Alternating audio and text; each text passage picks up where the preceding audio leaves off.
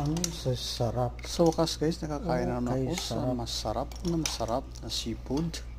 Tulad ng nakita nyo. Napakasarap nito guys. Thank you so much. Kaya dito sa gitna silangan, bihira lang makatikim ng ganito. Hindi sa mahal. Hindi sa ano-ano guys, kundi masarap talaga ang lutong bahay. Thank you so much. Thank you Lord sa masarap na pagkain.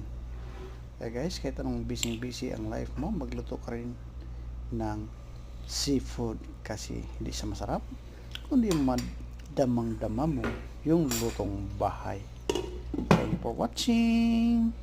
Thank you Lord sa pagkain, sa masarap na pagkain na binigay mo sa amin. Magamit namin sa araw-araw.